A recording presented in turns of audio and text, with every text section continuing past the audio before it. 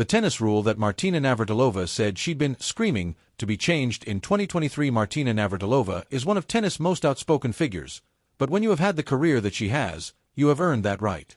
However, whilst her opinions may be viewed as controversial by some, she cannot be discredited for not standing up for what she believes in. That extends both in and out of the tennis world, having been rallying for one specific rule change for years now.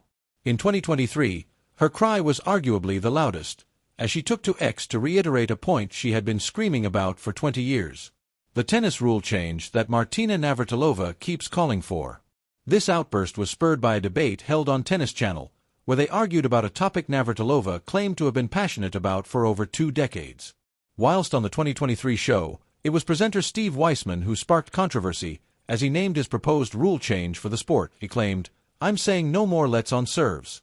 It happens in every other part of the game, net cords, other than serves. No more lets." This prompted Navratilova to add, "Been screaming that for about 20 years. No more lets." She added to this earlier this year at the US Open, when, during the women's final, there was confusion surrounding a let that went uncalled by the umpire. Whilst on commentary duties, she argued, "It's such a stupid rule. I am really fed up with it. I have been talking about it for decades. It feels like, why? Somebody made that rule 150 years ago and we have not changed it. Who else wants the let rule to be abolished?" Navratilova is not alone in this crusade against the let rule, with John McEnroe having also made that claim 10 years ago when he said, "They should play through lets on serve. I know it would add an element of unpredictability which, by the way, would be good. It would speed up the match and be one less thing to worry about."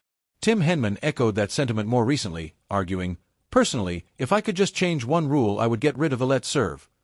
You can hit the top of the net on every other shot that you hit. I think the let adds very little value. In terms of getting rid of it, it would be very straightforward to do." It's interesting to see so many big names advocating for major changes within the sport, especially given the unique rule changes that will be present when Nick Kyrgios plays Aryna Sabalenka in the battle of the sexes. Novak Djokovic has his sights set firmly on Grand Slam number 25, and is not going to let his aging body get in the way of his conquest.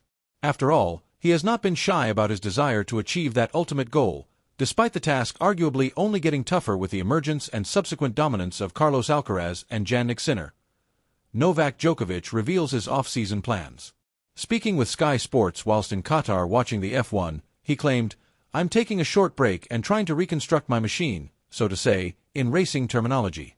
I've been getting injured more often than not in the last 18 months, so I'm trying to rebuild my body so the start of the next season will be great and, hopefully, I can keep it up with the best guys." It's clear who he is referring to when he says, "the best guys," given the gulf in quality between Alcaraz and Sinner and the rest of the field.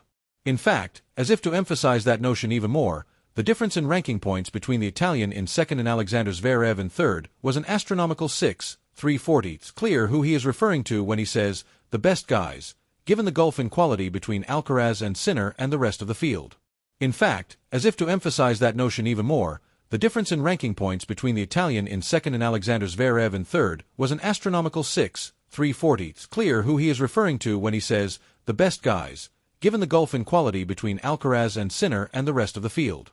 In fact, as if to emphasize that notion even more, the difference in ranking points between the Italian in second and Alexander Zverev in third was an astronomical 6.340. It's clear who he is referring to when he says, "the best guys," given the gulf in quality between Alcaraz and Sinner and the rest of the field.